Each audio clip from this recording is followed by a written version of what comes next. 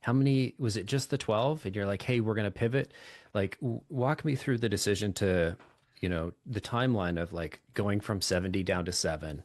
And like, how much validation had you done? What did that process look like? Yeah, that's a good question. I wish I'd gone from 70 to 7 in one swoop. That'd be my advice to my future self or anyone going through a pivot.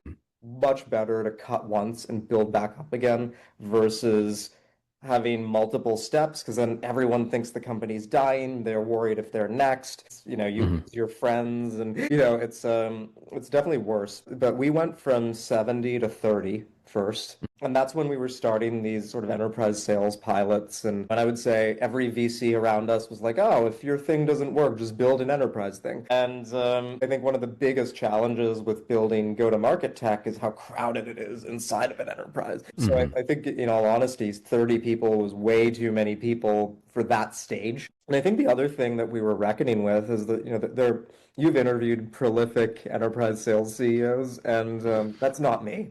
That's not my co-founder. So I think like we were both learning the product market fit side of this space as well as learning how to sell. And I would say that those things combined, certainly didn't make us very successful. So I think, one of the nice things about our go-to-market now is that it's something that we're both pretty good at.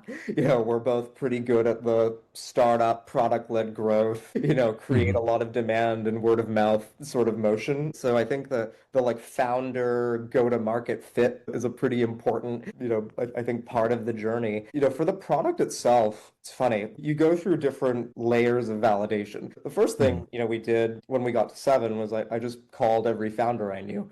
And I was like, hey, I'm thinking of building a product like this. It's like an automatic CRM. It also is your customer memory that you can just use to automate work and do work. What do you think of it? And Mhm. nice thing about this idea versus some of the enterprise sales ideas was that you could explain it in a couple of sentences. And most of the founders I spoke to were like, "That sounds great. I'd love that." And Mhm. it also passed the sort of I mean, literal mom test. I told my mom what I was doing, and she was like, "Oh, that makes sense. Like automatic Salesforce that's all in one." Cool.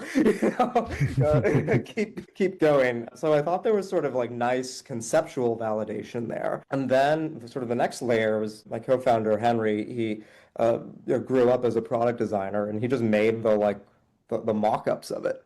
And then we were just sharing mock-ups of it with people, and they were like, "Oh, this actually looks like something I would want to use." And then we started to ask, how much would you pay for it? And if they were like $10, we didn't count it, but if Mhm. they were like, "Oh, I would pay $100 a month for this easy," then we were started like, oh, there's actually quite a few people where this is interesting to. And maybe the thing that felt different about this idea versus some of our previous ones was that it felt easy to sell.